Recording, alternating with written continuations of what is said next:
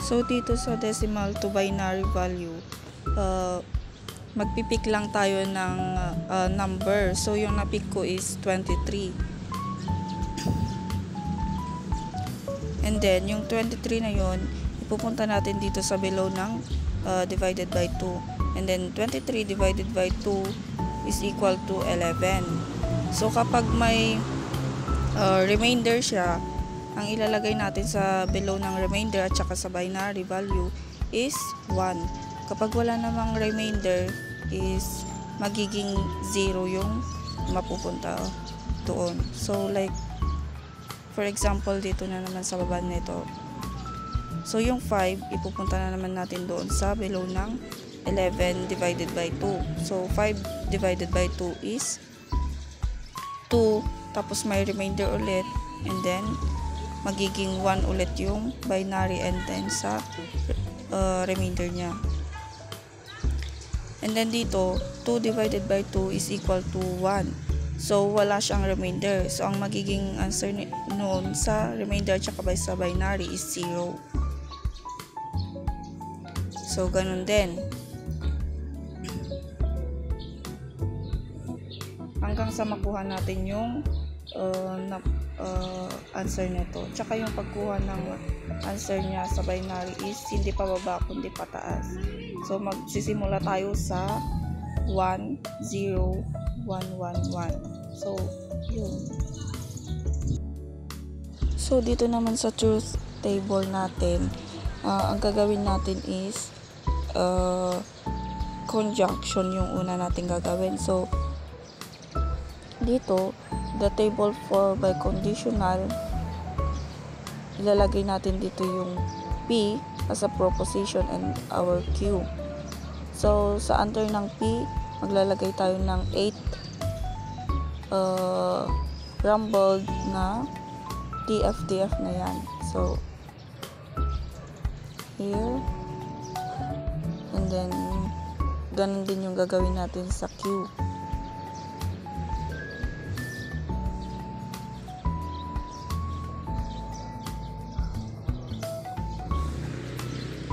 And then sa pag-solve naman ng ang ating conjunction, ilalagay natin dito yung P, tapos yung sign na pabaliktad na V as our conjunction, and then yung Q. Yan yung tinatawag natin as conjunction.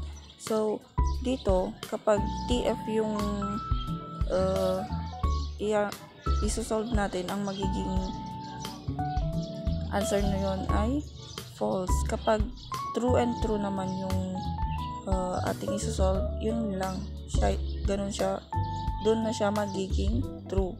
Kapag TF ganun, TF magiging false, saka lang siya magiging true kapag parehas sila na true and true. And then dito naman tayo sa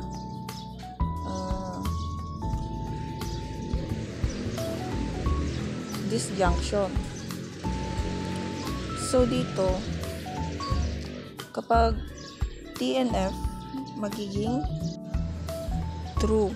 Kapag ito naman ay parehas na false, doon lang siya magiging false.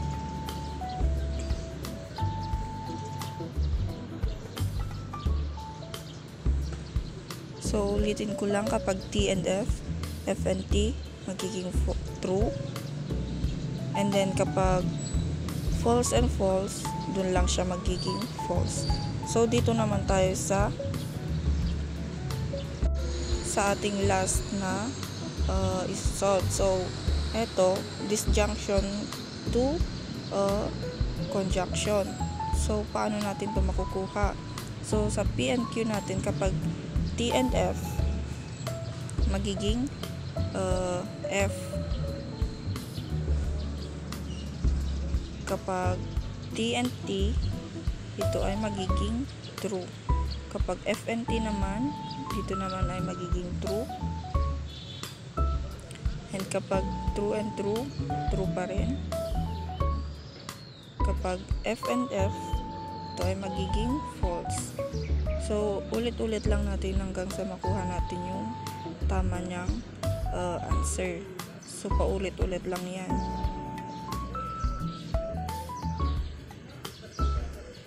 So, false. So, dito naman tayo sa ating bitwise sa logical and bits operations. So, ganun din yung magiging natin sa truth value 2 bit. So, yung t, siya yung magiging 1 natin, and then yung false, siya yung magiging 0. Dito isa-solve natin yung AND, XOR, and then OR. And then sa X and Y, ilalagay natin doon yung mga ating numero na isosolve gaya ng sinusulat ko dito. So, yung una nating sinulat na 01101101, yun yung mapupunta sa ating X. And then, yung pangalawa nating sinulat ay yun yung mapupunta sa Y. So, yan. And, OR, and XOR.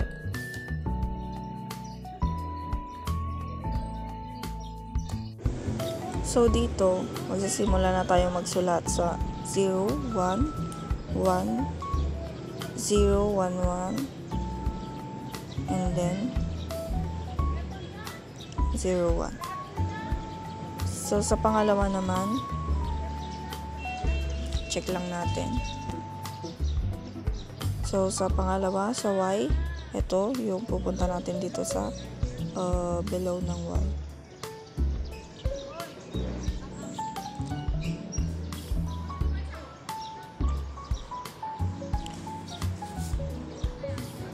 So, paano natin to makukuha? So, ito, kapag 0 and 1 yung isosolve natin, yung magiging answer niya is 1. Then, kapag 1 and 1, 1 pa rin, which is true. Kapag 1 and 0, 1 pa rin. Tsaka kapag 0 and 0, tsaka lang siya magiging 0, which is the false. So, continue. 1 and 1, 1. So, yan. Yan yung magiging natin sa X, V, and Y. And then sa susunod, kapag 0 and 1 naman yung isosolve natin, magiging false siya. So, 0. So, kapag 1 and 1 naman, doon lang magiging 1. 1 and 0, 0, 0. Dito kapag may 0 or false siya, magiging yung answer niya is 0 or false. Dito naman kapag 1 and 1, which is true and true, magiging true siya. So, dito naman tayo sa XOR. So, dito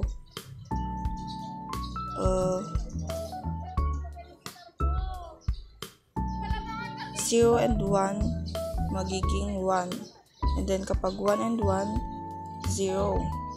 Ito naman yung is parang nabaliktad lang siya sa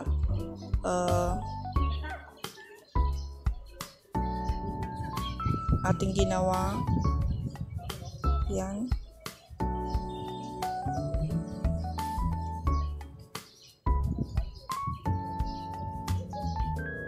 Nagkamali tayo dito sa 1, 2, ikatlo dito sa pinakababa, which is 0 dapat yon, pero yung nalagay ko is 1. So, dito ang pagkuha ng answer niya is ganito. So, ilalagay natin yung given, which is yung nasa below ng X and Y natin, which is 0, 1, 1, 0, 1, 1, 0, 1, and then 1, 1, 0, 0, and then so yeah. So, paano nga ba natin makikita kung magiging answer niya is yan. paano nga ba natin makikita kung AND OR and XOR natin to? So, dito kapag marami yung false, ay yung true, siya yung magiging AND. True, if mapupunta sa bit or bitwise, magiging 1. So, mas marami yung 1 neto, kaya AND siya. So, dito naman sa XOR, kapag mas marami yung 0 or false natin, magiging OR. So, ilagay natin yung given.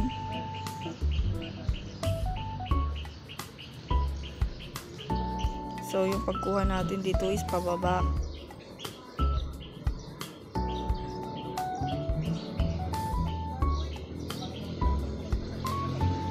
So, siya yung mapupunta sa OR.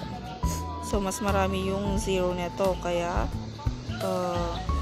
magiging OR siya. So, dito naman tayo sa XOR.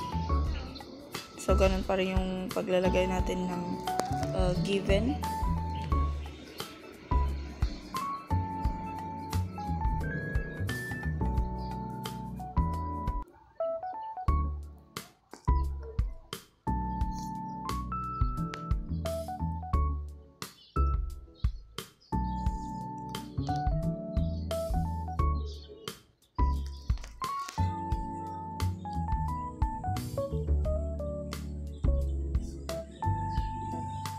So, yan. Pupunta natin siya dito sa XOR.